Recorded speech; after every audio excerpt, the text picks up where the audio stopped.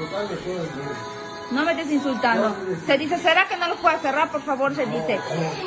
No se puede ¿Sabes cerrar. qué, Víctor? Si estás borracho, por favor, deja de Sí, molestar. es mi casa, Es yo lo tu pagué. casa. Es todo. Es de él. ¿Y qué tú quieres no- que yo haga? Así que tú no vas a venir a mandarme con las cosas que son de él. Así que te lo voy a decir por última A ver, Víctor. vez. Yo lo cierro Esa porque estoy casa sola. es de él. Así que no me van a estar con tus mamadas. Si no quieres problemas, déjame abierto la puta regla. No me estés insultando No, tampoco. por favor, te lo voy a decir, o te voy a romper tu madre, no me salga en la política, pero no se me va a quitar la gana de romperte su puta madre por putas, porque de eso no pasa de una puta. Eso es Por te lo favor, digo Víctor, ahorita. deja de molestar. Última vez te lo digo, eres una pinche puta.